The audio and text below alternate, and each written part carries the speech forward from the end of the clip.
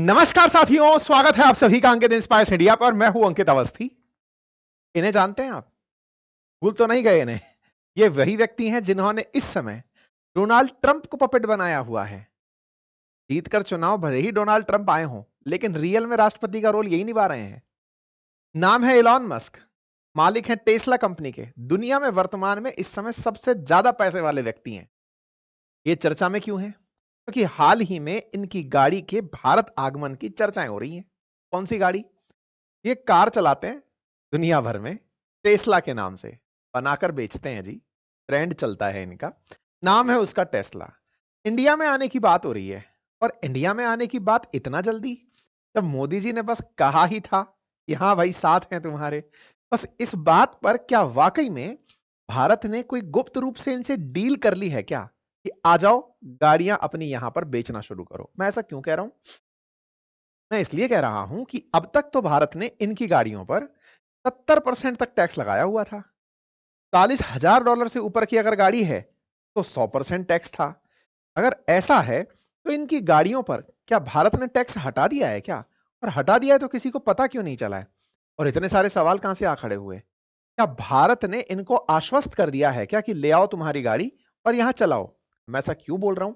Headlines हैं, headlines ये हैं कि टेस्ला इंडिया में हायरिंग कर रही है, नौकरियां निकाल रही है। इंडिया में हायरिंग शुरू हो चुकी है। इसका मतलब कुछ तो ऐसा हुआ है जिसकी वजह से ट्रंप ने मोदी जी को बड़ा नेगोशिएटर कहा। बड़ा नेगोशिएटर कहा कि मोलभाव बढ़िया कर लेते हैं। पहले मोलभाव F-35 पर टिका था, अब टेस्ला पर चला जा रहा है कि कहीं मोदी जी F-35 की तो हां नहीं कराए, या फिर कुछ इस तरह से तो नहीं कि टेस्ला की हां करके चले आए हों।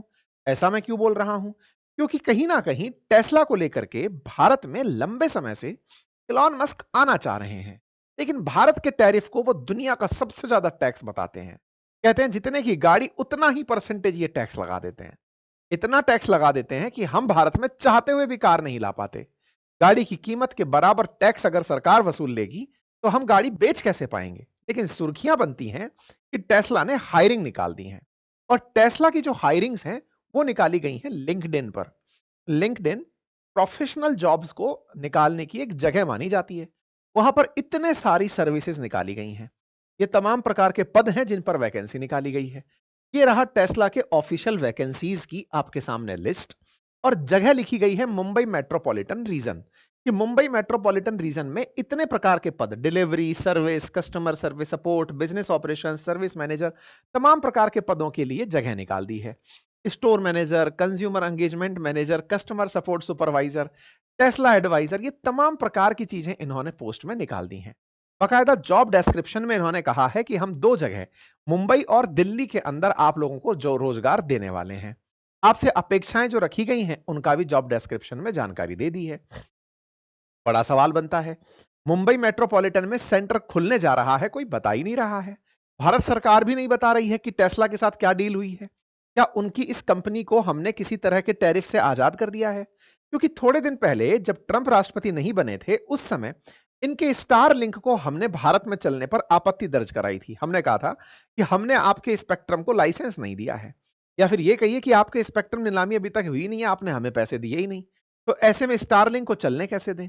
ऐसे में अब ये बिना भारत सरकार की परमिशन के आ चुके हैं, स्टारलिंक की तरह ही, या फिर कोई बात अंदर हो चुकी है, हमें पता नहीं है। लेकिन टेस्ला ने तो वैकेंसी निकालकर जग जाहिर कर दिया है।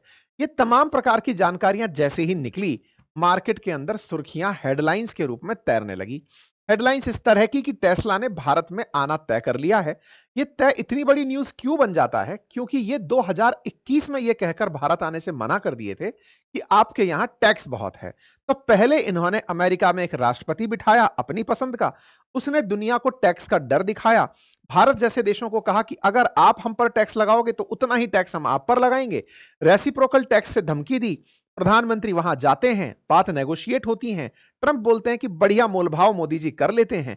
अब अंत में परिणाम यह निकल कर आता है कि ये वैकेंसी निकाल देते हैं कि आइए और आकर के हमारे देश के अंदर नौकरी करिए। तो प्रधानमंत्री मोदी और एलन मस्क की इस मुलाकात के अब मायने निकलने शुरू हो रहे हैं। मायने इस तरह से कि शोरूम इंडिया में खुल रहा है, तो कौन बताएगा? इन दोनों के बीच बातें क्या हुई थी, ये पता कैसे चलेगी?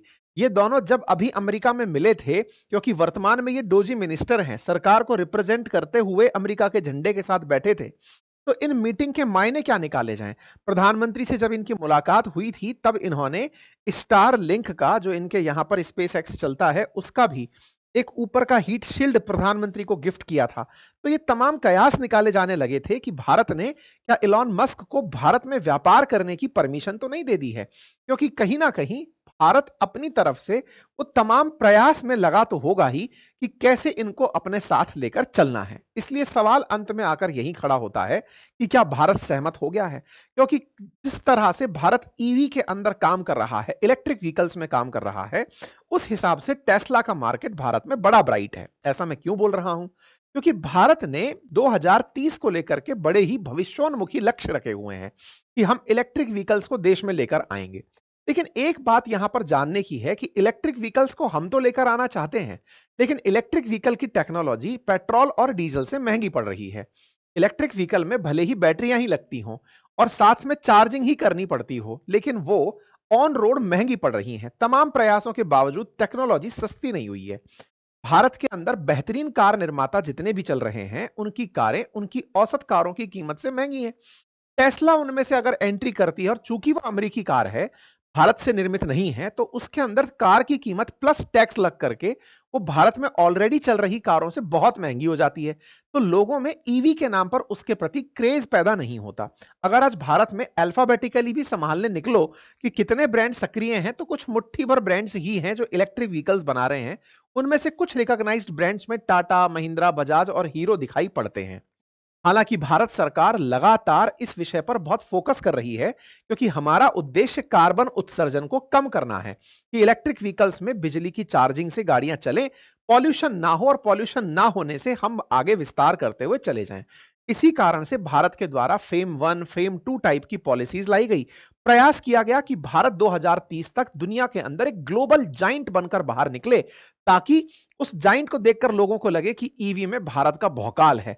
लेकिन साहब, पिछले ही साल की खबर है, यानी दिसंबर 4 2024 की खबर है, 2 महीने पहले की है, कि भारत में ईवी गाड़ियों ने इतना मार्केट नहीं बनाया जितना चाइना में बना रखा है। आज चाइना के अंदर 43% कार इलेक्ट्रिक व्हीकल्स हैं। नंबर दूसरे पर यूरोप आता है, जहां लगभग 30%, फिर नॉर्थ अमेरिका जहां 11%, जापान में भी 11%। हम कहीं पर भी टॉप कंट्रीज में शामिल नहीं हैं। 2030 बहुत नजदीक आता हुआ लक्ष्य है।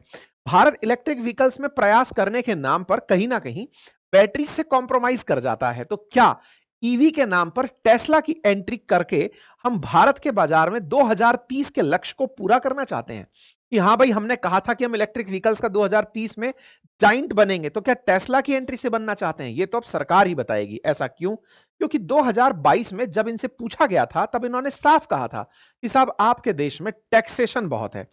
भारत के अंदर मार्च 2024 से पहले 100% तक की ड्यूटी थी, जो कि बाद में 70% कही गई थी। और ये बार बार एक ही बात बोलते थे हर जगह कि इंडिया टैरिफ में मारता है। और ये इन्होंने ट्रंप के दिमाग में इतना बिठा दिया कि ट्रंप ने तो भारत को टैरिफ किंग नाम दे दिया कि ये भारत में ही गाड़ियों के ऊपर इतना टैक्स लगाते हैं, चाहे हार्ले डेविडसन हो या टेस्ला हो। ऐसे में एलन मस्क का हाल ही में प्रधानमंत्री मोदी से मिलना, लेकिन इनकी बातचीत का बाहर ना आना, लोगों के बीच में यह प्रश्न खड़ा करता है कि कहीं भारत ने अप्रूव कर दिया हो बिना बताए, तो इसको पब्लिक किए जाने की आवश्यकता है।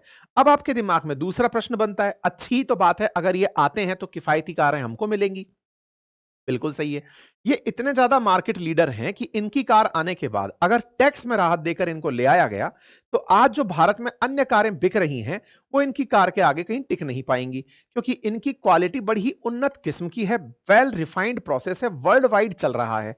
ऐसे में भारत में जो एग्जिस्टिंग कार निर्माता हैं, भारत की जो डोमेस्टिक कार्स हैं, वो हो सकता है इनके कंपटीशन में खड़ी ना रह पाए।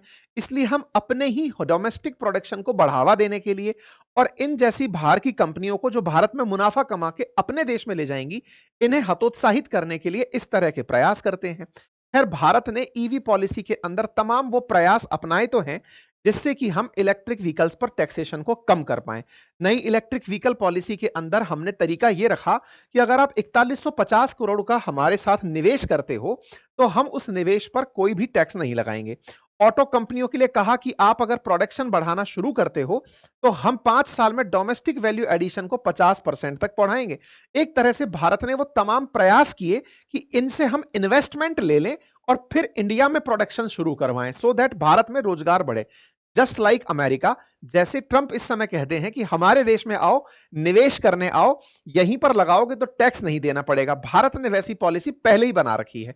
अब देखना होगा कि इनके साथ क्या बात निकल कर आती है, क्योंकि भारत की ऑलरेडी बहुत सी कंपनियां इस जिक्र में है कि टेस्ला को लाने के लिए हम उनके साथ कोई टाई अप कर लें या फिर सीधे ही उतर जाएं। एनीवे, इन तमाम चीजों के बीच में तैयारियां हैं कि एलन मस्क यहां आए तो उन्हें कौन सा राज्य ऐसा होगा जो फैक्ट्री लगाने की जगह देगा। हम अपने तरफ से पलक पावने बिछा रहे हैं, क्योंकि हमने इस पर बहुत पहले भी इस पर सेशन किया हुआ है कि ये भारत आ रहे हैं, लेकिन लास्ट मोमेंट पर इन्होंने कैंसिल कर दिया था, वही एक बात बोल करके कि सॉरी मैं टैक्स के चलते नहीं आ पा रहा हूं। लेकिन भारत के प्रधानमंत्री से मुलाकात को जब इन्होंने सार्थक बताया, साथ में ट्रंप के साथ इनका जिस तरह से नजदीकी है, ट्रंप के जीतने के बाद इनकी जो पावर पूरी दुनिया में आई है, उसके बाद ट्रंप जो बोलेंगे वैसा हो जाएगा ऐसी अपेक्षा है। भारत के प्रधानमंत्री से ताजा ताजा इनकी मुलाकात हुई है।